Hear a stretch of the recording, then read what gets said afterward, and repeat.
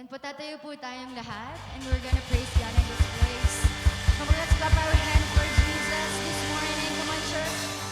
And wherever you are, whether online, come on, purihin natin ang Panginoon. Thank you, Jesus. Oh, I praise your name. Come on, everybody, sing this is leaving. This is leaving. This is leaving. This is leaving. This is leaving. This is leaving. This is, come on, church, everybody sing. Waking up knowing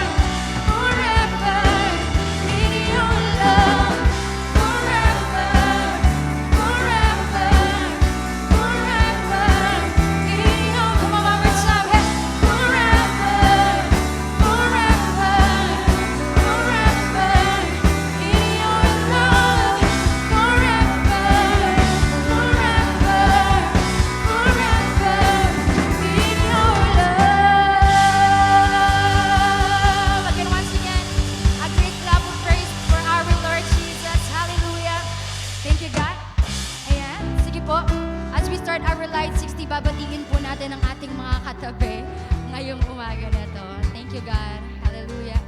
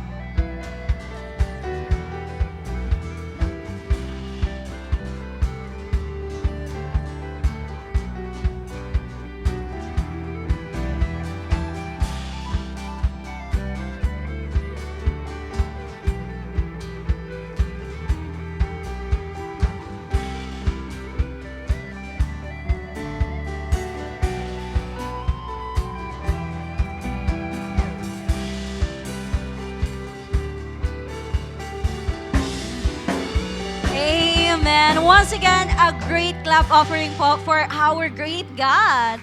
Amen. First of all, blessed Sunday po sa bawat isa. It is indeed a great blessing po na magkasama-sama tayo this morning. Amen po ba? Amen. And with that, maaari na po tayong magsiupo. Ayan, and as you settle in, Light Family, I just want to take this opportunity po to appreciate every one of you na kasama natin ngayon, whether you are joining us on-site or online. Ayan, masaya po kami na makasama ang lahat ngayong araw na ito. We know po that we've been through a lot this whole year, amen. But if there's one thing that's constant all throughout, that is the goodness and faithfulness of our Lord. Tama po ba? Amen. Kaya naman po, as we step into the second week of the month of November, ayan, let us keep our hearts open and excited para sa mga kaabang-abang na gagawin ni Lord sa atin through the activities here in our church. And with that po, let us proceed with our light news. Ayan, first up po, we have our worship night. Pwede po ba nating palakpakan si Lord?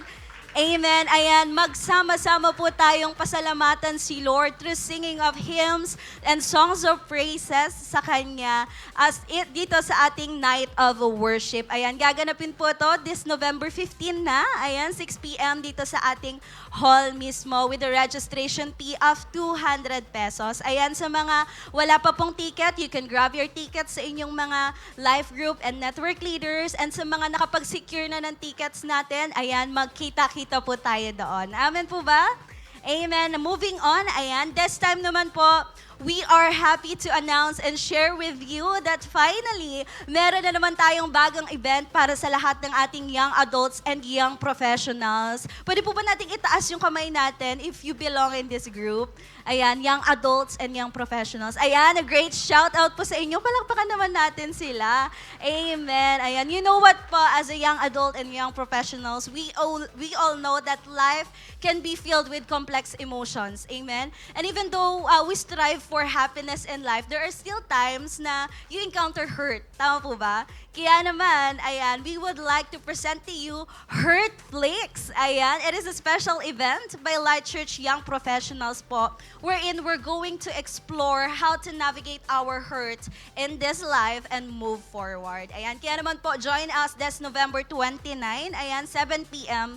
dito po sa ating Light Church Hall with a registration fee of 100 pesos. And you can sign up po sa ating link na nakapost po sa ating Facebook page. And magkita-kita po tayo doon, ayan, sa lahat ng young adults and young professionals. Ayan, once again, a great clap offering po para sa ating Panginoon. Ayan, thank you so much po. Moving on, Life Family, you know what po, bilang isang simbahan, it has always been our mission and vision to spread the word of God. Hindi lang sa mga malalapit sa atin, but even outside our reach. Amen po? Kaya naman po, as we celebrate our 15th anniversary, it has been our tradition bilang isang simbahan to give to our church bilang regalo ko sa birthday ng church ko. And this year, we have our mission and action pledges. Ayan. But all the proceeds po of this mission and action pledge will be used po to to sustain and to finance our outreaches and mission, hindi lamang po dito sa loob ng Olongapo, but outside as well and beyond. Kaya naman po, we just want to remind you, ayan, sa mga makapagbibigay na, you can drop your pledges po dito sa ating drop box sa harapan, ayan. And also po, sa mga gusto pong mag-participate at magbigay sa ating mission and action pledges, ayan, you can still tap po our ushers right after our celebration. Sabi nga po sa word ni Lord, di ba, the harvest is many. And bilang isang simbahan, we want to be used by God sa kanyang harvest field. Amen po ba? Amen. Thank you so much po, Life Family. And with that, ayan, let us continue to open up our hearts and be excited sa gagawin ni Lord this morning. Thank you so much, Light Family, and have a transforming Sunday celebration. Alright, so happy Sunday, Light Family. Ayan, team on-site and team online. Ayan, welcome po sa ating Sunday celebration. Pwede nyo po bang batiin ang katabi nyo ng welcome home? Okay, so let me introduce myself. I am Coach Paul Jamakadaan. I am a network leader and also an entrepreneur. So, before po tayo magtuloy-tuloy, I want to acknowledge some important people na kasama natin sa simbahan natin ngayon. Sila yung mga first-timers and visitors. So, meron po ba tayong mga first-timers and visitors? Pwede po ba nating invite na tumayo? Ayan. So, palakpakan naman po natin ang ating mga first-timers. And kapag malapit po tayo sa kanila, pwede nyo po ba silang kamayan? Right, so welcome sa Light Family and we are glad na nandito po kayo kasama namin. So, thank you po sa pagbibigay ng oras na makasama namin kayo ngayong araw.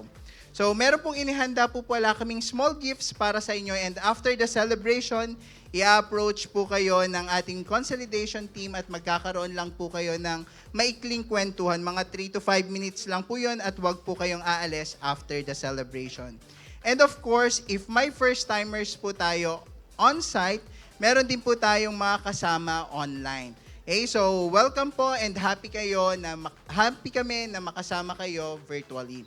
Right? If you want to be part of our growing family, kindly type connect sa ating comment section and our Light Connect team will reach you out after this celebration. So I hope na magkita-kita po tayo dito physically. So I know lahat po tayo ready na magbalik kay Lord. Amen po ba? Amen. So I'd like to share my testimony sa faithfulness ng Diyos sa buhay ko. Alam niyo po, I was asking myself, kasi last September, nandito po ako sa same spot na to and nag-testify po ako ng God's goodness sa buhay ko, sa negosyo, sa ministry, at yung mga pinagkatiwala ni Lord sa akin and even yung sa mga nasasakupan ko. So sabi ko parang, Lord, may iti-testify ba ako ngayong November? But pinarealize sa akin ni Holy Spirit that hindi lang pala about sa finances ang dapat kong i-testify. But also something that impacts me within and eventually nagmanifest sa kung ano ang meron ako ngayon. So I realize that giving, offering, and pledges are acts of trusting Lord. Every time na nagbabalik pala tayo or ako, nag-o-offer or even yung nagpe-pledge, ay nagre-reflect kung ano ang nasa puso ko. Kung wini-withhold ko ba or ibabalik ko yung tithes ko, at dito ko makikita yung puso ko kung nagtitiwala nga ba ako kay Lord o hindi. Kasi nga po sabi sa Matthew, di ba? For where your treasure is, there your heart will be also. So ang pagbabalik ng tithes and offering pala ng maluwag sa puso ay pagpapakita ng pagtitiwala sa kayang gawin ni Lord sa buhay ko. Kaya po, I assess myself once again. And doon ko nakita na for these years, hindi pala ako pinabayaan ni Lord sa buhay ko. Hindi niya ako pinabayaan sa pagtitiwala ko sa Kanya. Kasi una po, alam niyo, last August 2020, that is almost 5 years ago, nag-purchase po ako ng installment car para sa business. And hindi ko napapansin, ayan po yan, noong 2020 po yan, hindi ko napapansin, the Lord never cease na mag-provide sa akin. Kaya ngayon, di ba, ang payat ko dyan, ngayon medyo tumaba na ako. Yan, talagang kitang-kita. Pero kidding aside, alam niyo po, matatapos na yung installment ng para sa kotse na yan, this coming February 2025. That is ilang months na lang. Napakabuti ng Panginoon. And another is, noon po, I never thought na may lalalim pa ang kaalaman ko when it comes to my foundation kay Lord. Alam ko, magsasod 1 lang ako, magsasod 2, and sod 3. And glory to God po kasi last week we finally had our pastoral works and submitted na rin yung ibang mga final requirements namin sa school. And though may hinahabol pa pong ilang mga subjects, but napakabuti ni Lord kasi we are one of the candidates for graduation for the degree in theology sa Kainos Bible College natin. So, ayan. Mabuti po ang Panginoon. So, alam niyo po, naniniwala po ako na ito ay dahil sa pagtitiwala sa Panginoon. Hindi lang sa isip, hindi lang sa gawa, kundi even sa pagbabalik ng tithes and offering. Kaya po, totoo yung sinasabi sa Psalm 62 verse 7 to 8. So, my salvation and my honor depend on God. He is my mighty rock, my refuge. Trust in Him at all times, you people. Pour out your hearts to Him, for God is our refuge. Kaya po, kapag pala pinagkatiwala natin sa Kanya ang lahat ng meron tayo, our God being our refuge, hindi niya tayo pababayaan. Kundi tayo ay poprotektahan niya at even pagpoprovidean niya ng pangangailangan natin sa lahat ng panahon at sa lahat ng pagkakataon. Kaya po, my brothers and sisters, I challenge everyone to trust the Lord in all situations ng buhay natin. Kahit pa sa mukhang mahirap na situation, ibalik pa rin natin ang tithes natin at magtanim tayo ng offering. And surely, si Lord, hindi niya tayo hahayaang magkulang at hindi ka mawawalan. Amen po ba? Kaya po, habang piniprepare po natin ang ating mga tithes and offering, manatili lang po tayo nakaupo and let me pray for you. Let's pray. Father, nagpapasalamat kami, O Diyos, sa lahat ng binibigay mo sa amin, sa mga maliliit at malalaking bagay na pinagkakatiwala mo sa amin. Tunay nga, O Diyos, na mabuti ka sa amin. Kaya naman, God, sa mga oras na to, binabalik namin, O Diyos, ang aming mga tithes at nagbibigay kami sa aming offering, O Diyos. Lord, a symbol of our faith, ng pagtitiwala sa kaya mong gawin sa buhay namin. Kaya naman, God, I pray na ang mga anak mong ito na nagtitiwala ng buong puso ay patuloy mong isusustain ang kanilang mga pangangailangan at ikaw ang magpo-provide sa lahat ng mga pinapanalangin nila. Lord, nawa makita mo ang aming mga tithes and offering bilang galing sa aming pagtitiwala sa iyo. Salamat, O Diyos, dahil mabuti ka sa amin. We thank you, God. We give you the highest honor and glory. In Jesus' name, amen. Alright, so let's give with a grateful heart. Meron po tayo mga ushers na lalapit sa atin habang po tayo ay nakaupo. Para naman po sa mga magbibigay online, meron po tayong GCash and BPI account na naka-flash sa screen. Again, have a blessed Sunday celebration.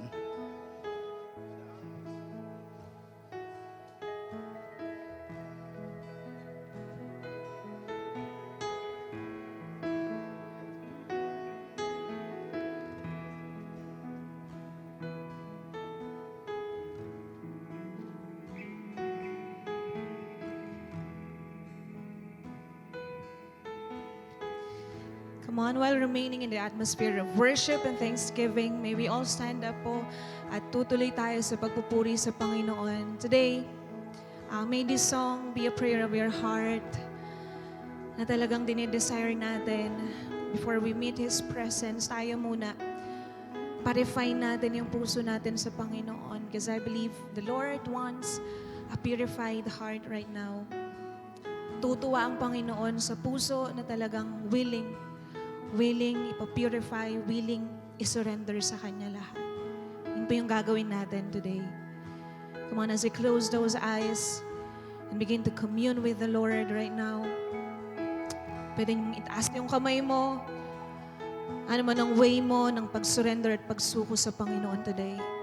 You may do so. Oh, Jesus. Oh, surrender to you. We surrender hearts to you, Lord. May you purify us with your power.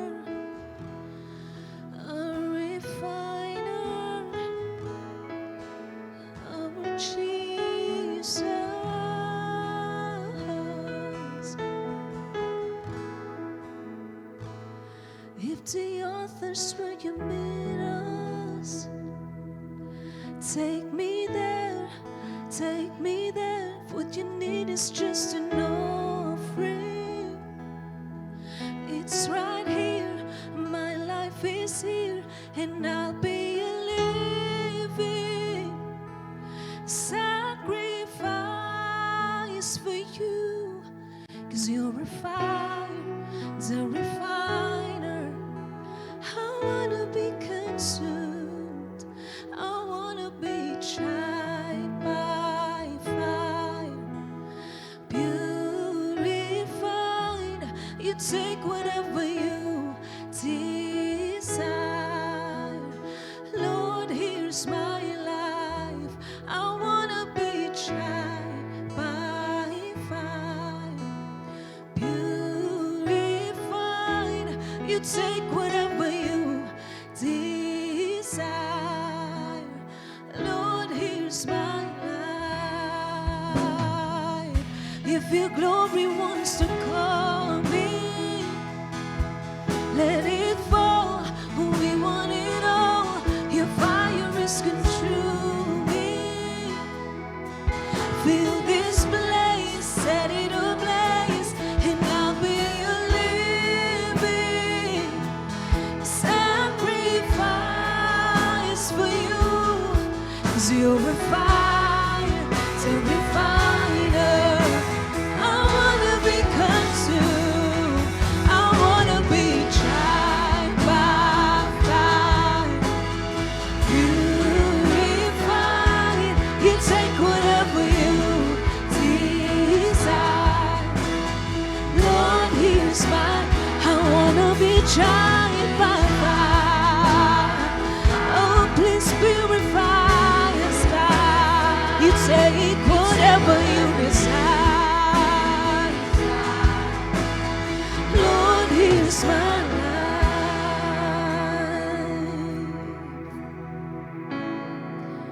Yes, God, here's my life. Take whatever you desire, Lord. Oh, clean your hands and purify me, God. You want nothing but your presence.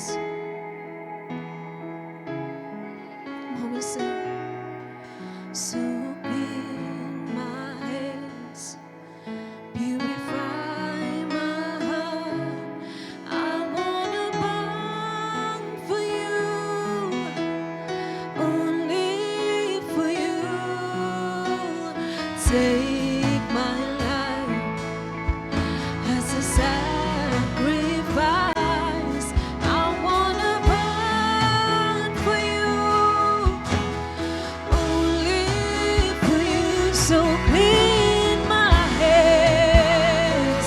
Oh, please purify my heart. I wanna burn for you, only. So take my life, Jesus. Oh, do what you wanna do, oh Lord. I wanna burn for you, only for you. I wanna be tried by fire, purify. You take whatever you desire. Lord, here's mine. I wanna be tried by fire. Oh, please purify us, God. You take whatever you desire. Lord, here's my life. You take whatever you desire. Lord, here's my life. Oh, take whatever you desire. Lord, here's my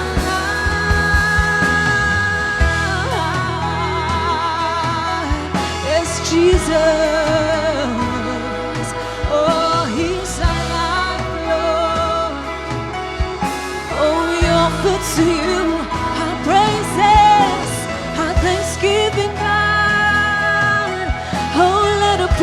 blessings arise today. Oh, begin to worship the Lord.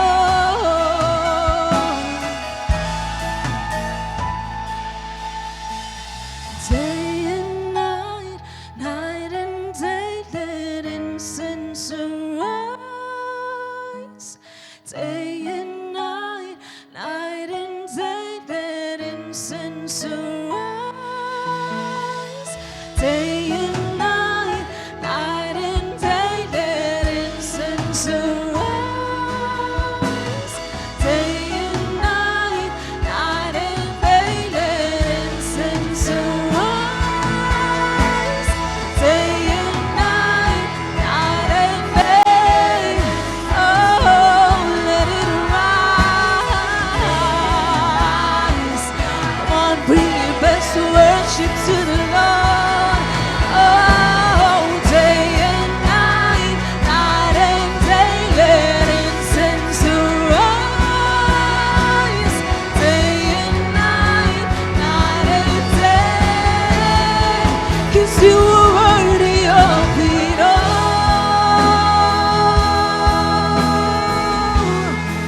Oh, you are worthy of it all. Yes, you are. You from you are all things, and to you are all things. Oh, you deserve the glory. Come on, just worship Him. You are worthy of it all. Oh, you're always worthy, Lord. You're worthy of my praise. Oh, Lord, for from you are all things, and to you are all things. You deserve the glory. Come on, let's sing to Him. You are worthy of it all.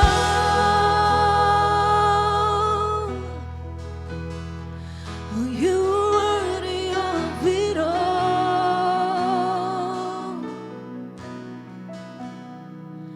For from you are all things, and to you are all things. You deserve the glory.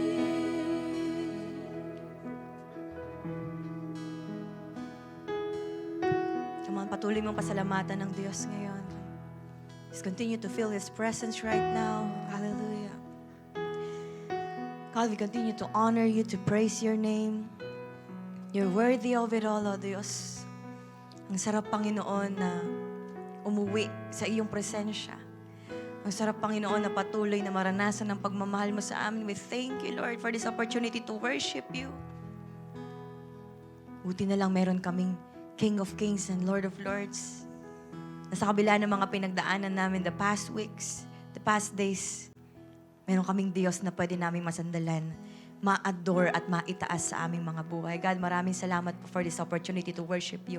Excited kami sa gagawin po ninyo sa araw na to. We love you, we praise your name sa pangalan ni Jesus. And everybody say aloud, Amen and Amen. Palakpakan po natin si Lord. Pwede bang bago po umupo, sabihin mo sa katabi mo, masaya akong nandito ka.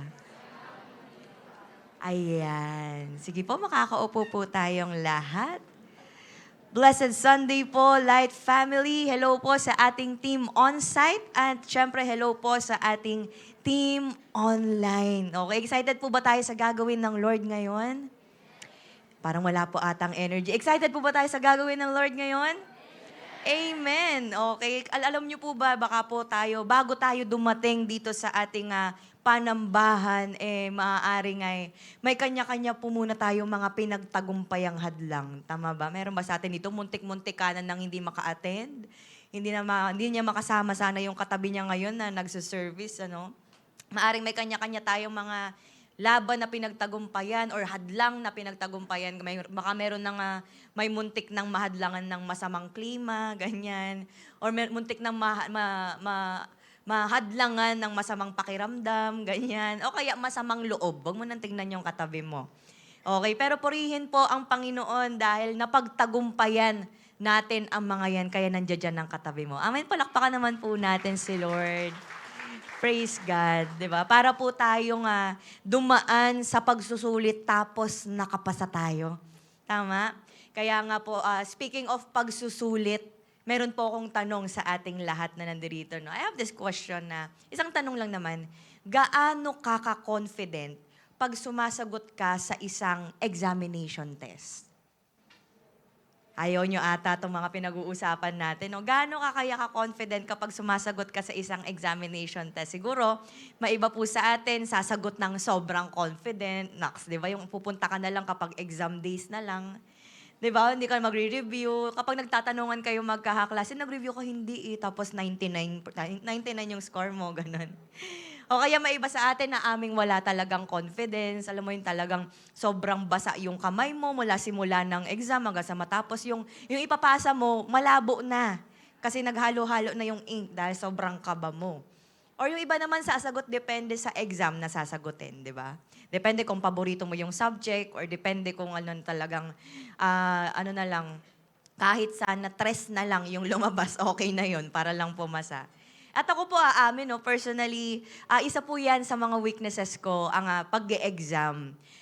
Kasi sa sobrang kaba ko po pagdating dyan, yan yung mga panahon na malakas talaga ako manalangin. Close kami ni Lord pag exam days ko, nung high school po ako. At dahil po ayaw ko talagang dumaan sa matinding examination, nag-take ako ng 4-year college course na walang board exam after. Ganun po ako katindi, para lang safe talaga tayo. So speaking of exam, no, alam niyo po, akala ko talaga ang exam nagtatapos sa panahong nag-aaral tayo. Or sa panahong mga estudyante po tayo. Pero eventually, na-realize ko na mali pala ako. Tanungin niyo po ako kung bakit. Dahil sa totoo lang, lahat tayo ay daraan sa mga tunay na testings ng buhay. Parang ayaw niyo po ata itong pinag-uusapan natin ngayon. Para mas maintindihan natin, buksan natin ang Bible natin sa 1 Peter chapter 1, verses 6 to 8. Tatayo po tayong lahat as we give honor po sa word po ng Diyos sa araw na to. So basahin niyo po ng malakas at sabay-sabay ang NLT version. Ready, go!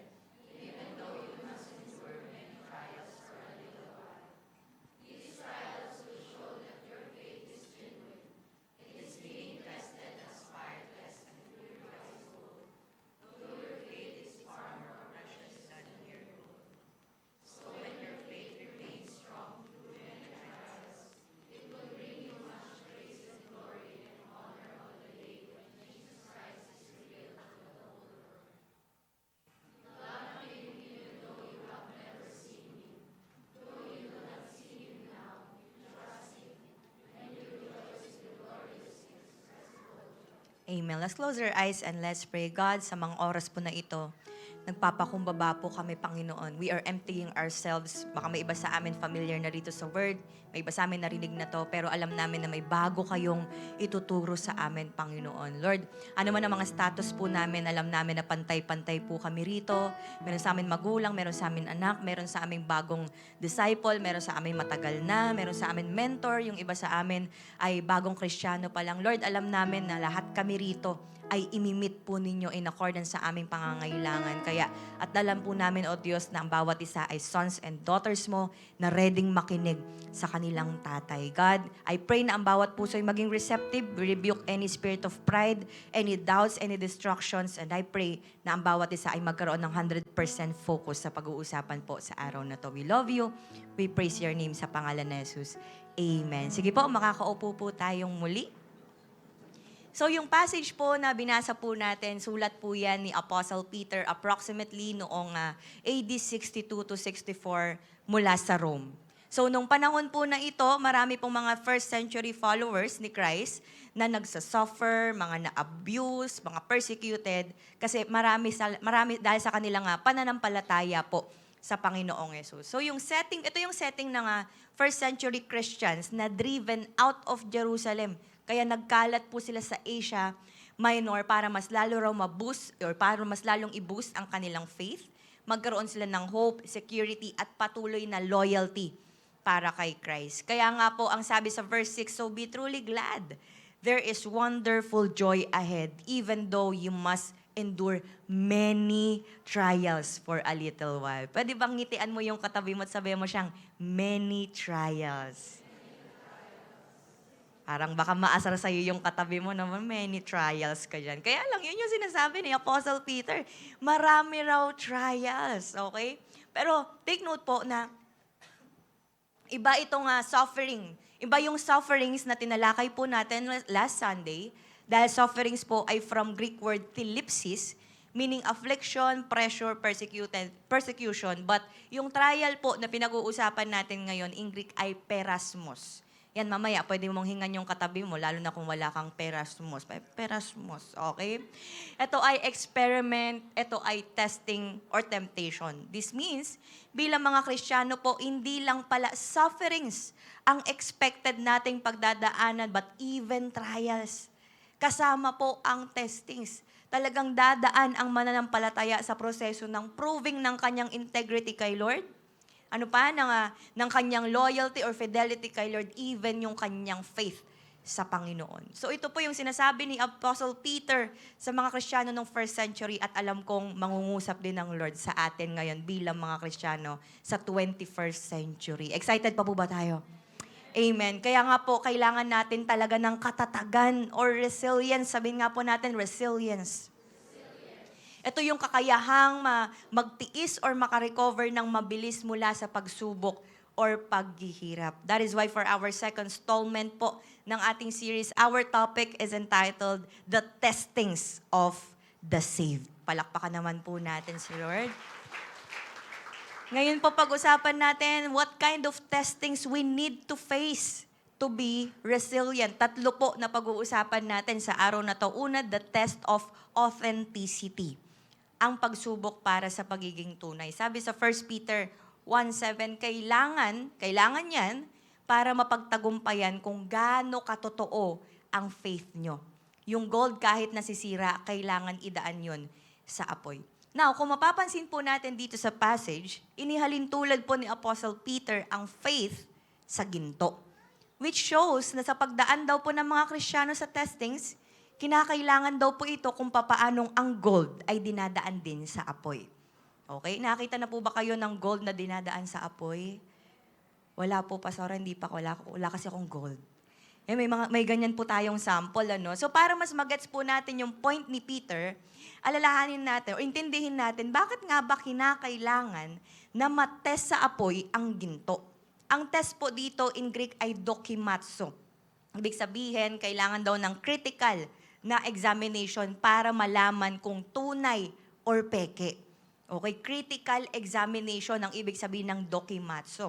Sa ancient world po, ang gold considered siya as the most expensive or rarest of all metals. Na sa sobrang rare o mahal, ang nakakasuot lang yan mga matataas na tao, mga hari. May kita mo lang yan sa templo, may kita mo lang yan sa mga emperors, ganyan. So bago pa raw nila magamit or masuot, minimake sure nila na tunay na gold ang kanilang suot or gamit. Now, alam niyo po ba ito yung mga diskarte ng mga goldsmiths, no? Para ma-discover daw nila yung gold. Idadaan daw po nila ito sa testing ng apoy. Unang gagawin nila, tinatry daw nilang idaan yung gold sa low temperature ng apoy. Mahinang klase lang ng apoy. Tapos, pag sa mababang temperature na yon, natunaw raw agad yung gold. Ibig sabihin, ito ay mababang uri. Okay? Kaya po mamaya, pag uwi po ninyo, check nyo yung gold sa bahay ninyo, tunawin nyo para malaman ninyo kung mababa ba or mataas na uri. Okay? So bakit daw po nila ginagawa ito? Kasi ang tunay na ginto, tumatagal sa high temperatures. Okay? Same goes po sa ating pananampalataya. Ang faith ng followers ni Christ, kinakailangang idarang sa apoy ng pagsubok upang subukin kung tunay nga ba or may value pa. Okay? Di lang yan, sabi ni Peter, though your faith is far more precious than mere gold. Sabi mga sa katabi mo, precious. Hindi po, my precious. Hindi po yun, ha? Iba po yun. The word precious in Greek ay politimos. Literally means great price. Sobrang valuable daw po. Kahit pa napakamahal ng gold, sabi ni Peter, your faith is far more precious kesa sa ginto. Kasi ang genuine or authentic faith, pag dinaan daw sa trials, maglalast forever. Tandaan po natin mga kapatid that gold is perishable, but faith is not. Amen? Parang medyo nagdiwang yung mga walang ginto, buti na lang may faith ako. The trial of faith is much more precious than the trial of gold. Dahil ang tunay po na gold, pag dinaan sa apoy, lumalambot yan, or pag hindi naman tunay na gold, nag-evaporate. Pero ang faith, pag dinaan sa apoy, mas nagiging established. Mas nagiging matibay sa anumang pagsubok ang pagdaanan niya. Amen? So ano pong ibig sabihin nito? This shows that an authentic faith will grow stronger, not weaker through trials. Ganun pala yun. Alam niyo po yung kausap ni Peter dito sa passage, talagang nung dinaan sila sa trials, lumabas yung mga tunay na mga Kristiyano. Lumabas yung may authentic na pananampalataya kay Lord. Kasi sila yung mga hindi, tumanggi silang sumamba sa emperor, kasi nga, mag-worship sila doon, gagawin nilang parang Diyos yung emperor.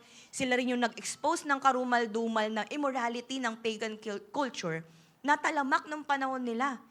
So, saksi si Peter doon kasi nakita niya yung mga dinanas na mga kapwa niya Kristiyano. Siya rin, dinaanan niya rin yon. So, through this, nagsilitawan kung sino talaga yung mga authentic at tunay na mga mananampalataya ni Kristo. Yung the more na dumadaan sa mainit-init na pressure sa pagpapatuloy or pagsunod sa Diyos, the more na lalabas kung siya ba ay totoong Kristiyano or Kristiyano-Kristyanuhan lang. Okay? Kaya kahit po masakit, mahirap dumaan sa dokimatsu, dito natin madidiscover yung proving nito. Lalabas kung meron tayong stronger or weaker na pananampalataya. Kaya sabi mo sa katabi mo, kapatid, may testing sa authenticity. Amen. Palakpakan naman po natin si Lord. Yun po yung una. Pangalawa naman na klase ng testing na kailangan nating harapin para maging matatag, the test of purity. Sabihin nga po natin, purity. Sabi sa 1 Peter 1:7, it is being tested as fire test and purifies gold. So, ibig pong sabihin, dumadaan din daw pala sa purification ang ginto. Paano ko nasabi? Dahil ang gold pala na smooth, okay, yung mga makikinis na, ibig sabihin mga dumaan na yan sa apoy. Okay? But before that, ang mga golds na natagpuan ng mga miners ay mga rough golds. Alam ko po, may sample po tayo ng picture yan.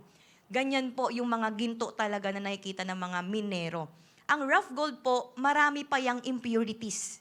Marami pa yung dumi na kailangang maalis para maging pure gold talaga siya. Kaya po sa pagdaan nito sa apoy, pag nag-melt yung ginto na yan, lilitaw na lang po yung mga impurities habang iniinit. Then, doon daw magagawang maalis ng goldsmith yung dumi na mga lilitaw gamit yung flat na spoon. Tapos, paulit-ulit daw niyang gagawin yung gantong process hanggang yung muka ng goldsmith, nakikita niya na mismo, nagre-reflect na mismo doon sa gold. Pag ganon, ibig sabihin malinis na yung ginto. Okay, parang gustong-gusto na ng katabi maging goldsmith, no? So now, ito yung point ni Peter sa sinasabi niya sa mga mananampalataya ni Christ. Kung paanong ang gold dumadaan sa purification, same goes with us. Ito po yung goal ng testing. Para maalis daw anuman yung greed natin, anuman yung impatience, unkindness, bitterness, hatred, lust, selfishness, at ano pa mang kasalanan po natin. So through sa test of purity, ang mga mananampalataya, mawawala po anuman yung mga desires nila sa kasalanan at mapapalitan ng desires ng kabanalan. Kaya nga po, ito yung goal ng trials para sa mga mananampalataya ang maging kagaya ni Kristo. Sabi nga sa Proverbs 17:3, fire tests the purity of silver and gold, but the Lord tests the heart.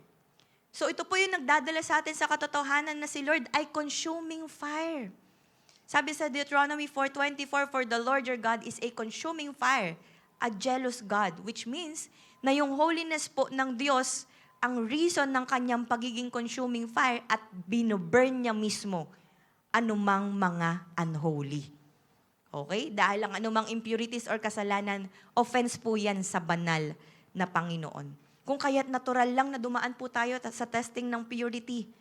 Dahil po, as we go through this journey, sa pakikipagrelasyon po natin kay Lord, the more na mas nawawala yung pagmamahal natin sa kasalanan at the more na mas minamahal natin si Lord. Amen po ba? Now, sino po rito sinasabi mong dumadaan ka currently sa ganitong klase ng testing? Actually, kahit hindi nga magsalita yung katabi mo, nararamdaman niya eh. Alam niyang dinadaan siya ni Lord sa mga ganong testing. Alam mo yun, may mga iaalaw sa'yo si Lord na mga tao, may encounter mo, tapos kapag kaharap mo, alam mong parang babalik yung dati kong ugali ah. Parang lalabas yung usok sa ilong ko ngayon ah. Yung mga ganun, parang babalik ako sa dati kong buhay.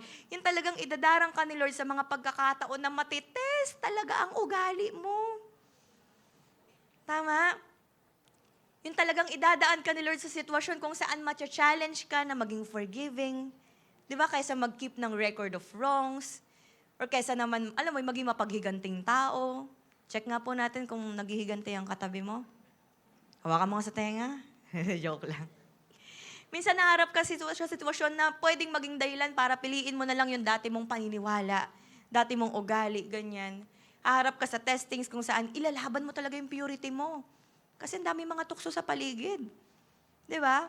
So yung mga testings na may challenge sa pagpili mo in between sa pamumuhay, sa kasalanan at kabanalan, dadaan talaga tayo dyan. Amen? That is why sa gantong testing, marirecognize natin yung mga mali nating gawi, mga kasalanan, at sa huli, pipiliin nating magpaayos. Minsan nga hindi mo alam, akala mo wala na, akala mo okay ka na doon, pero may mga lumilitaw pa rin. Di ba para tayong nilalaga ni Lord, may mga lilitaw na mga impurities. Minsan papasok ka simbahan na to, kala mo okay, kapag baba mo, ang dami mong mga nirepent. Kala mo malinis ka na pagkakat mo sa church, pagbaba mo, magang-maga yung mata mo. Kasi nga, dineliver ka ni Lord, di ba? Nakaranas tayo, ay, madami pala akong kailangan ayusin sa buhay. Akala ko perfect na ako. Wow. Akala ko wala akong kulang. Yung mga ganon. Again, masakit po to, mahirap, but it will be worth it. Amen? Sabi mo sa katabi mo, kapatid, may testing sa purity. Amen? Palakpakan po natin si Lord. So that's number 2. At pangatlo at panghuli naman na klase ng testing na kailangan nating harapin ay the test of loving the unseen deity. Ang pagsubok para mahalin ang di pa po natin nakikitang Diyos na ang Panginoong Jesus. Sabi sa 1 Peter 1:8, you love Him even though you have never seen Him. Paalala ko lang po, hindi po to para sa mga delulu, ha? Baka kasi ibigay mo yung verse na yan sa taong kilala mong parang delulo. Hindi naman nakikita pero minamahal, ganyan. Pero ang context po nito, ang hindi pa nakikita ay ang Panginoong Jesus. Kung mayroon man po mga privilege na nakakita kay Jesus, syempre yung family niya, nung nagkatawang tao po siya rito, ang mga disciples niya, ganyan, na yan yung sinasana all ng katabi mo. Sana man lang nakita ko si Jesus, di ba? Yung mga ganon. And alam po yun ni Peter, kaya nga sabi niya sa verse 8, di nyo pa nakita si Jesus at di nyo rin siya nakikita ngayon. Pero mahal nyo siya at naniniwala kayo sa Kanya. Kaya di kayang i-describe ng mga salita kung gaano kayo kasaya. At ang nakakamangha po rito, ibang klase yung love na tinutukoy ni Peter sa nakita niyang love ng mga Kristiyano nung panahon nila. Kasing ibig pong sabihin ng love dito, in Greek ay agapao. Ibig sabihin, love na actively ginagawa kung ano yung nais ng Diyos. Kaya po kung ipaparaphrase po natin yan, parang sinasabi sa kanila ni Peter, di nyo pa nakita si Jesus, pero namumuhay na kayo through Him. Di nyo pa nakikita si Jesus, pero ginagawa nyo na yung kalooban niya. Di pa nila nakikita si Jesus, pero nagtitiwala na sila kay Jesus at sobra silang nagagalak. In fact, ang tawag po sa kanila ni Jesus ay blessed. John 20:29, because you have seen me, have you believed?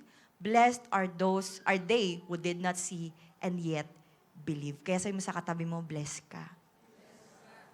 At alam niyo po ba, na ang strongest attachment na nag-exist dito sa mundo ay yung attachment, hindi ng katabi mo, okay? Pero yung attachment ng unseen Savior. Attachment sa unseen Savior na si Jesus Christ. Why? Kasi po ito yung klase ng love kay Jesus na higit pa sa pagmamahal sa tatay, higit pa sa pagmamahal sa nanay, higit pa sa pagmamahal sa anak, higit pa sa pagmamahal sa kung sino pa man. Kasi sobrang powerful po ng ganitong love.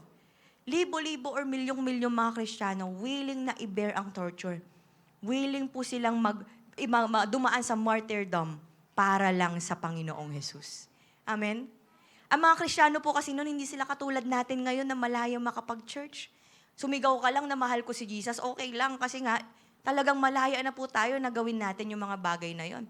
Kaya nga sabi sa John 15:18-21, kung napopuot sa inyong sanlibutan, alalahanin niyo yung ako muna ang kinapuotan nito bago kayo.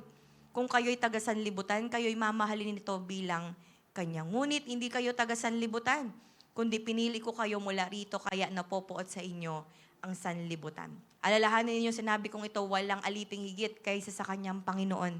Kung ako'y inuusig nila, uusigin din nila kayo. Kung sinunod nila ang aking sinabi, susundin din nila ang inyong sasabihin. So, balit, ang lahat ng ito'y gagawin nila sa inyo dahil sa akin, sapagkat hindi nila kilala ang nagsugo sa akin. So, dahil po ang mundong ito ay hindi kilala ang ating Diyos, nagiging marahas sila sa mga nagmamahal kay Lord.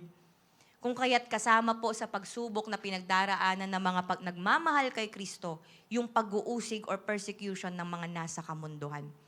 Gayunpaman po, ang mga tunay na nagmamahal kay Kristo, lalabas po yan sa panahon na siya'y pinapahirapan dahil sa kanyang pananampalataya. Tama? May kausap pa po ba ako? Amen. So ngayon, madali po kasing sabihin, I love you, Lord. Tama? Madali na lang yung sabihin na mahal mo si Lord kapag walang persecution. Kapag walang nang-aasar sa'yo. Kapag walang tumatawa sa'yo. Kapag walang nagagalit sa pananampalataya mo kay Lord. Pero kapag alam mo, pinagtatawanan ka na, pinagsasabihan ka na, pinapahinto ka na, doon talaga mas lalong matetes yung pagmamahal mo sa unseen Christ. Kumbaga po sa mga may asawa, sa mga mag-asawa, taas po kamay ng mga may asawa. Hindi ko po tatanungin kung ilan ang asawa ninyo. Hindi ko na rin tatanungin kung ilan ang sawa na. Okay, pero sa mga may asawa, di po ba sa mga panahon ng mga pagsubok, diyan talaga natitest yung pagsasama ninyo? Di ba? Kapag nag-aaway na kayo, nagtatalo na kayo, may mga problema na, may mga pagsubok na, diyan na lumalabas yung mga linyahang, hiwalayan na. Paano yung mga anak mo? Maririnig ka ng mga anak mo. Di ba? Doon na talaga magkakaroon ng testing kung magsasama pa ba kayo, maghihiwalay na, or ititigil nyo na yung pagmamahal sa isa't isa. Parang may galing lang po sa away kanina. Magcha-church pa ba tayo? Nakabihis na ako. 15 minutes ka lang nagkikilay. Matitest talaga yung pagmamahal. Alam mo yun, ganun sa mga mag-asawa, di ba? Pero ganun din po sa pakikipagrelasyon natin kay Lord. Sa mga panahon ng pagsubok, sa mga panahon ng testing, doon talaga matitest kung mahal mo pa rin ang Panginoong Yesus. May mga time, natatawagin ka ng baliw, di ba? Pagtatawanan ka na, ipapahiya ka na. Pero maninindigan ka pa rin at susunod ka kay Lord. Kaya po, may mga tao na hindi kinaya yung persecution, mga nawala na rin po sa Panginoon. Pero yung katabi mo, sana manatili siya at maging matatag siya. Amen? Kaya nga po, ito rin yung dahilan kung bakit nandirito po tayo ngayon. Pwede bang tignan mo yung katabi mo? Ang dami na mga pinagdaanan yan. Ano mang mga trials or testing, gaano man katinding apoy yung mga pinagdaanan yan sa buhay niya. Kaya po ngayon, okay lang ba na i-normalize po natin yung pagiging amoy sunog natin minsan? Diba? Wag ka nang maasar kung minsan, parang amoy usok ah. Parang amoy totong ah. Yung mga ganun. Kasi baka maraming pinagdaan ng testing yung katabi mo. Okay? Kapag naaamoy mo na siya, alam mong matindi yung trials niyan sa buhay. Pero nakakatuwa po dito, it is our loving relationship with Christ that produces the greatest joy in us, even in the midst of fire. Parang di nyo po ata na-gets. Yung relationship daw po natin, yung pagmamahal natin kay Kristo, yan yung nagpuproduce ng matinding kagalakan po natin. Kahit pa dumadaan tayo sa matinding apoy ng pagsubok. Dito lang po tayo makakita ng mga taong matindi na yung mga trials, matindi na yung testings, pero nakakangiti at nakakatawa pa rin. Diba? That is what love to the unseen Christ can do, mga kapatid. Palakpakan naman po natin si Lord. Kaya sabi mo sa katabi mo, kapatid, may testing sa love kay Jesus. So bilang panapos po, ito yung mga testings na kakaharapin natin para maging matatag. Una, the testing of authenticity. Pangalawa, the testing of purity. And lastly, the testing to love the unseen deity. No, ano po yung mangyayari kapag dumaan po tayo sa mga testings na to at napagtagumpayan ng katabi mo? Sabi po sa 1 Peter 1:7, so when your faith remains strong, kapag naging matatag, naging malakas ang pananampalataya mo sa kabila ng maraming trials na to, it will bring you much praise and glory and honor on the day when Christ Jesus is revealed to the whole world. Sa Pinoy version sabi, ang mangyayari daw sa atin, mabibigyan kayo ng papuri, kaluwalhatian at karangalan pag ni-reveal na si Jesus Christ. Kaya lang baka napataas yung kilay ng katabi mo. Parang may mali. Hindi ba ang may deserve or dapat binibigyan natin ng glory, ng praise at ng honor? Di ba dapat si Lord lang? Bakit dito, ang sabi ni Peter, tayo raw? Mga Kristiyano raw, hindi ba blasphemous to? Okay? Totoo naman po that God alone is worthy of praise, of glory and honor dahil siya po ang Diyos. Deserve po niya yon at talagang para sa Kanya yon. But, on a secondary sense, kung saan sa muling pagbabalik ng Panginoong Yesus, He will reward those believers. Kumbaga, dahil naipasa ang test, may honor na ibibigay. In other words, ipapakita po ni Lord yung commendation niya. Amen? Now, hindi ba magandang pagkakataon po to sa buhay natin? Baka po kasi may iba sa atin, may mga frustrations ka. Nag-nursery ako, nag-kinder ako, dumaan na ako sa iba't ibang level ng pag-aaral ko. Wala man lang akong ka-honor-honor, ganyan. 'Di ba? Wala man lang akong na-achieve na ano pa mga awards, ganyan. Alam mo, wala tayong mga nagiging motivation, pero sana ang bawat isa sa atin, ano man yung mga na-achieve mo or wala man tayong masyadong na-achieve, ang pinaka-look forward natin, yung makatanggap tayo ng honor mula kay Jesus. Yung makomment tayo ng Panginoong Jesus. Alam mo, ang sarap pong imagine, no? Darating yung time, imagination ko lang naman po to, no? Na ang Panginoong Jesus, makakasama natin, tapos ihaharap po tayo ng Panginoong Jesus, sasabihin niya, papakilala niya, Ama. Hindi sa hindi kilala ng Ama ang tayo, no? Pero parang magiging proud siya sabing, Ama, eto sila Arnie. Nag-suffer siya for my sake. Hindi niya ako dininay. Naging tapat siya hanggang dulo. Nasaktan na to, napahiya na to, napagod na to. But, napagtagumpayan niya. She is indeed my good and faithful servant.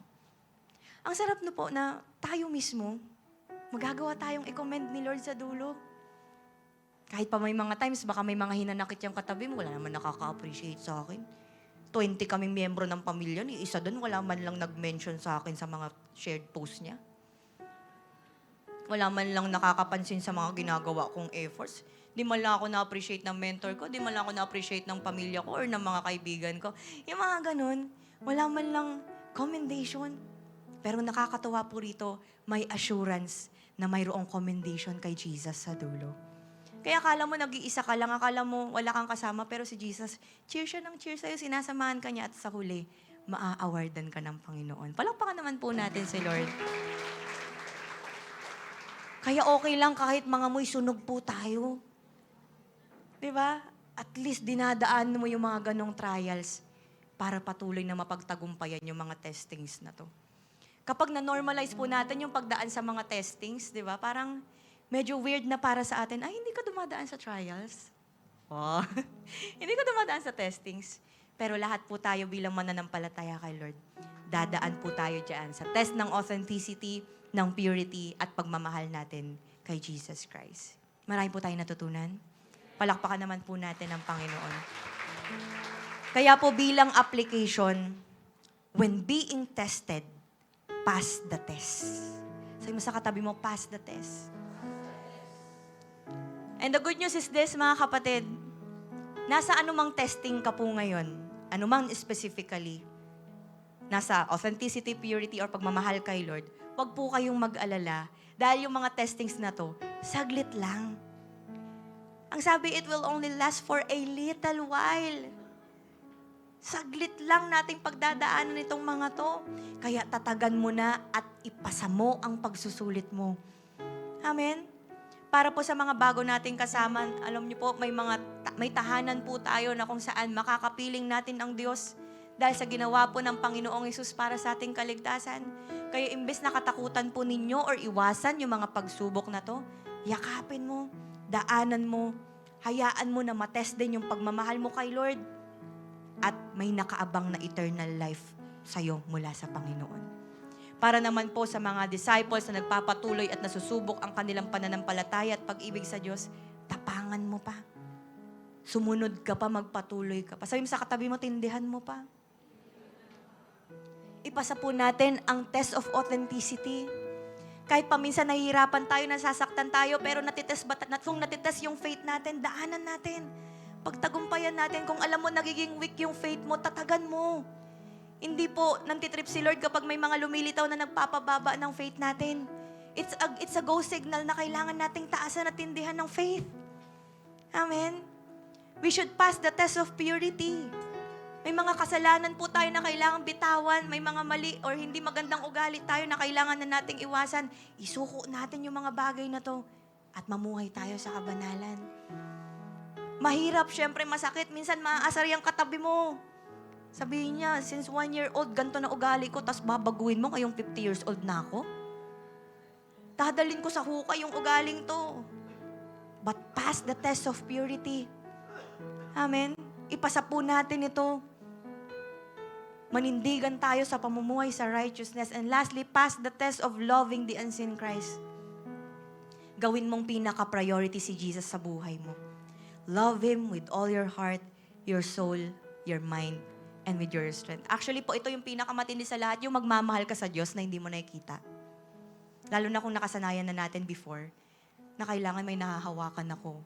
Kailangan may nakikita ako. Kailangan, alam mo, lalo na kung clingy pa yung katabi mo. Pero ang pinakamatinding test, yung magmamahal ka ng Diyos na hindi mo nakikita, but darating yung time makikita rin natin at makasama natin sa eternity. Ito yung time na talagang kapag tinest po yung love mo kay Jesus, pass the test. Kahit may mga nang-aasar sa'yo, kahit may mga nambubuli sa'yo, kahit pa may nagko-question sa pananampalataya at pagsunod mo kay Lord, pass the test. Hayaan mo ang Diyos na idaan ka sa mga testings na to bilang isang Kristiyano. Gaano man kainit ang apoy, we will submit and obey Him anumang nang mangyari. Dahil after ng testings, lalabas doon tayo bilang approved niya, bilang pleased siya. Hanggang sa dumating yung time kung papaanong yung pure gold, magre-reflect yung muka ng goldsmith kapag maayos na at malinis na after itest ng apoy. Same goes with us. Hanggang sa si Kristo na yung makita at ma-reflect sa buhay natin. Palakpakan po natin ang Panginoon. Tayo po tayong lahat. Let's all stand up. Let's close our eyes sa mga oras na to. At habang ikay nakapikit, kapatid, alam mo, para mas lalo tayong maliwanagan, hindi natin makakailang mahirap talagang dumaan sa testings ng apoy dito sa mundo. Sa testings ng mga trials. Masakit, sobrang challenging, mahirap. Pero alam mo ba, na may apoy na pinakamasakit na dapat nating dadanasin, yun na yung dagat-dagatang apoy na kung saan tayo nararapat bilang mga makasalanan, at sa impyerno na kung saan araw-araw, walang sawa tayong paparusahan. Araw-araw tayong susunugin. Pero, buti na lang, may Panginoong Yesus na nagkatawang tao para tayo ay iligtas. Kaya, ibig sabihin mga kapatid, walang-wala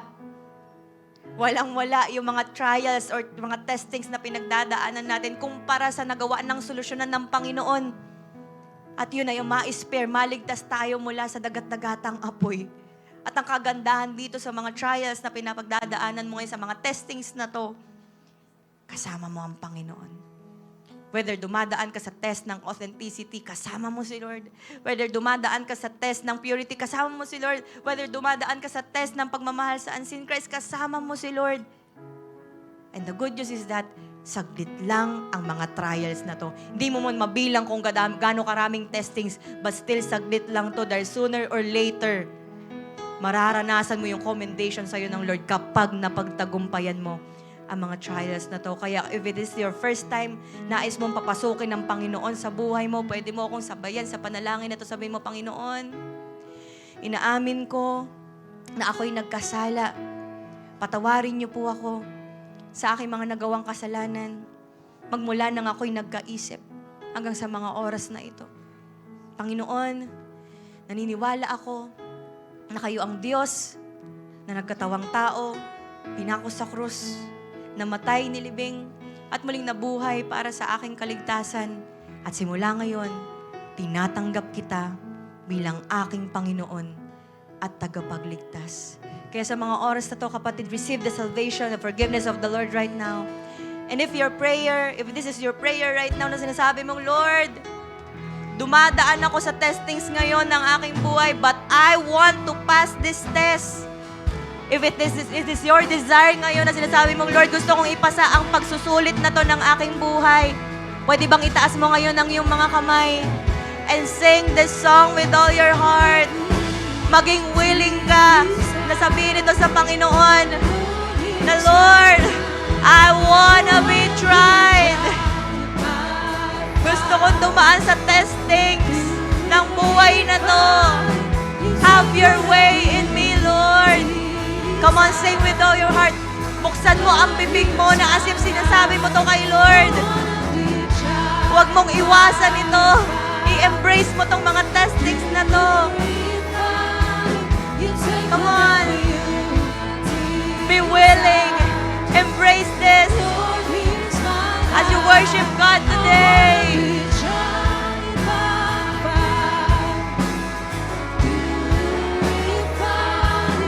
Take whatever you desire.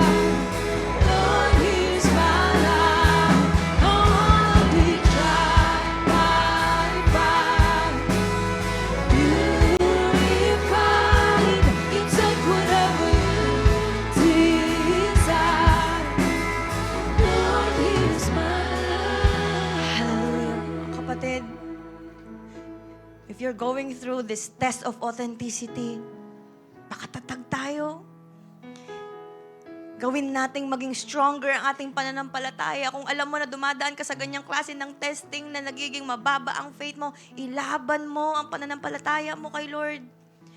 Patuloy mong kilalanin si Lord sa buhay mo. Panghawakan mo yung mga pangako niya. Panghawakan mo kung sino ang Diyos na sinasamba mo kasi alam mo, pagdating sa mga kaalaman mo, pagdating dito sa mga katotohanan na to, mas magiging authentic ang pananampalataya mo. If you're going through sa test ng purity, natitest yung ugali mo, natitest yung pamumuhay natin sa righteousness, kapatid, it's time na patuloy tayong mamuhay sa holiness. Mahirap, challenging, pero alam natin na nandiyan ang Lord at kasama natin. Mamuhay tayo sa kabanalan. Piliin natin ang kabanalan, hindi ang kasalanan. Piliin natin ang mamuhay sa kaayusan. Piliin natin maging mabuti. Papiliin natin ang ilaban ng mga dapat nating ilaban para sa glory ng Panginoon. Pass the test of purity. And at the same time, pass the test of loving the unseen deity. Ipasa natin ang test ng pagmamahal natin sa hindi pa natin nakikitang Kristo. Ito yung time na mas lalong titibay nawa ang pakikipagrelasyon natin sa Kanya. Mas lalong lalakas at titindi yung tibok ng puso mo sa sobrang pagmamahal mo sa Diyos. Ito yung time na mas lalo kang magiging closer sa Kanya. Mas lalo mong iingatan yung relasyon mo sa Kanya. Mas lalo mo siyang ipaprioritize. Mamahalin lalo sa pagde-devotion mo, pananalangin mo. Dalangin ko na mas magkaroon ka ng stronger na pagmamahal kay Christ. Para dumating yung time, mas lalong i-anticipate yung magiging reward sa'yo ng Diyos. Yung commendation niya sa pagiging faithful mo, pagiging good servant mo, sa pagbibigay ng glory para sa Kanya. Ay sa mga oras na to, I wanna pray for you. Taas natin ng ating mga kamay. Come on. Lord, I am praying, Panginoon, sa mga anak mo pong ito. I pray na patuloy niyo po silang buhusan ng kalakasan sa anumang aspeto ng kanilang buhay, especially sa strength nila spiritually. I pray na mas maging bold sila, O Diyos, sa kanilang pagpapatuloy po sa inyo. Mas lalo sila maging bolder sa kanilang pananampalataya, mas maging stronger ang kanilang faith, mas lalo kanilang ibida, mas lalo kanilang i-glorify, mas lalong mamuhay sa righteousness, at higit sa lahat, mas lalong maging matibay at matindi ang pagmamahal nila sa iyo, O Diyos. God, starting today, mas lalo po namin i-embrace ang mga dinadaanan naming testings ngayon. Hindi namin iiwasan. Pero we will allow to go through these trials, through these testings, because alam po namin, Panginoon, it will be worth it. Alam po namin, Panginoon, lalabas at lalabas sa amin yung nais mo sa aming mga buhay.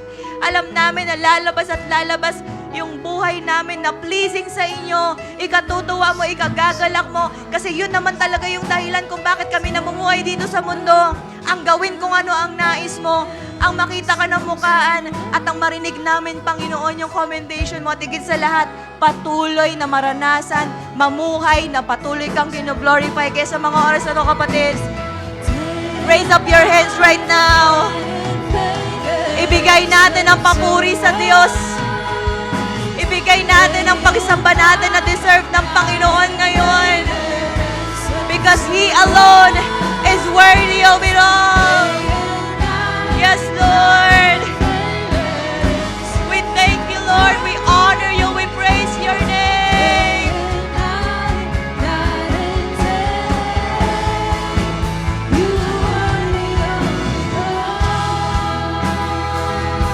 Come on, say with all your heart. Ikaw na dumadaan sa testings. Shout His name. Hallelujah.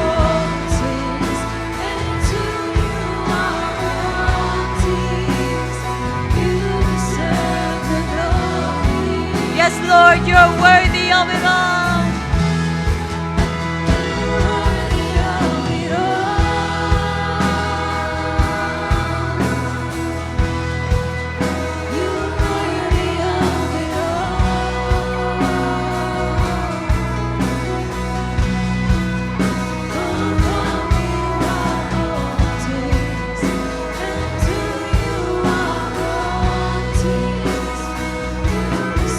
Come on, for the last time. You are worthy of it all.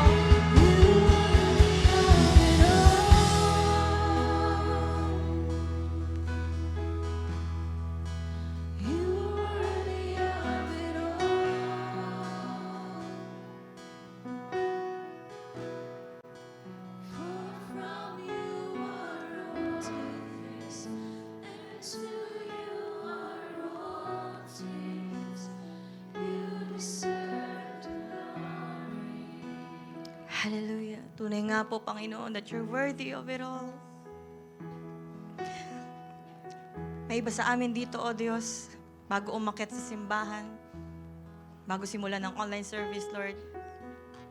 May mga iba down, may mga iba pasuko na, pabitaw na sa kanilang pananampalataya. Kaya nagpapasalamat kami, O Diyos, buti na lang di namin minest yung pagkakataon na to. Naging way ito para mas lalo kaming maging matatag sa aming pananampalataya. Naging paraan ito para mas lalo naming i-embrace yung trials na ito, itong mga testings na ito. Naging way ito para mas lalo kaming mamuhay sa kabanalan, sa righteousness. Naging way ito, O Diyos, para mas lalo kaming ma-in love sa inyo bilang kayo na aming Diyos. Naging way din ito, O Diyos, para hindi namin bitawan ang aming relasyon po sa inyo. Ang dami ng mga Kristiyanong dumaan sa mundong ito. At marami rin, O Diyos, ang mga dumaan sa martyrdom, nagawang ilaban ng kanilang pananampalataya. Kaya Lord, kami bilang mga Kristiyano sa 21st century, Lord, gusto rin namin na dumating sa time, yung mga susunod na generation, ilulook forward itong generation na to, nabuti na lang ang generation na ito ay patuloy na nagkaroon ng strong na pananampalataya sa inyo. We want, Lord God, na gamitin ang buhay na to, dumaan man sa maraming trials, still, nagawang tapusin ito ng matagumpay para po sa inyo by looking forward na ma-meet namin kayo face to face, O Diyos. God, maraming salamat, Panginoon. Excited kami sa gagawin mo pang lalo. Excited kami na mas lalo magpaayos ng aming mga buhay. Excited kami, O Diyos, na i-embrace ang mga ito with joy, ng may kagalakan, ng may excitement, ng mayroong anticipation. Dahil alam namin na sa kabila ng to, nandiyan kayo. Hindi nyo kami iniiwan at pababayaan. God, dalangin ko na pagpalain mo po ang iyong mga anak. Ingatan at higit sa lahat, excited kami na mas lalong lumakad sa pagsunod at pag-glorify po sa inyo. We love you, Lord. We praise your name sa pangalan ni Jesus. Amen. Palakpakan po natin ang Panginoon. Bago po tayo mag-celebrate, paalala ko lamang po ulit ang ating mission and action sa mga hindi pa po nakakuha ng ticket in our 15th anniversary celebration. Meron po tayong mga tickets dito sa harap, okay? Mamaya po during victory song, pwede po kayong mag-claim. May mga choices po tayo dyan sa pagbibigay ng ating pledge. May 500, 1,000, 1,500, 2,000. Depende po sa kaya ninyong ibigay as pagpipledge po sa missions ng ating simbahan para mas marami pa tayong maabot na mga wala pa po sa Panginoon. Okay? Kaya po, mamaya po pwede po kayong pumila at to get the tickets na pwede nyo naman pong ibigay ang pledge ninyo sa first Sunday ng December. Kahit ngayon pa lang po kunin yung ticket and then yung pledge sa next month pa po. Okay, so dahil po dyan, there's a reason to celebrate.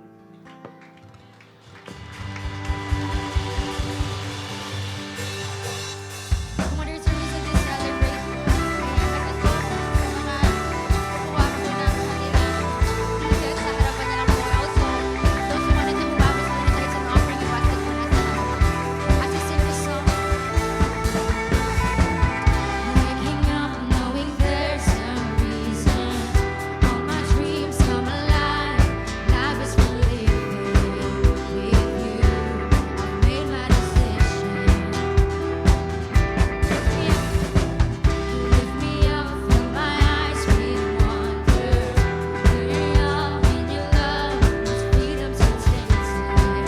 With you, no moment is wasted. See the sun now bursting through the clouds, black and white, streets of color all around. All is new, be the savior I have found. Come on, one more time we sing, see the sun. See the sun now bursting through the clouds, black and white, streets of color all around. All is new, be the savior I have found. Come on, everybody, sing it out. This is living now. Clap your hands for Jesus. This is living now. Come on, sing it, take me higher. Take me higher than a river, to burning seasons soar. God, your freedom is in open door. You are everything I want. Everybody sing, this is living. This is living. This is living. This is living now. This is living. This is living. Come on, one last time. This is living. Come on, clap your hands for Jesus. Hey, hey. This is living. This is living now. This is living. This is living. This is living. This is living now. Hallelujah, hallelujah. Are we all blessed? Amen. Before we go, someone is celebrating his birthday, her birthday today. Kung di niyo po alam, nagbe-birthday po ngayon ang ating Pastora Jeng. Okay?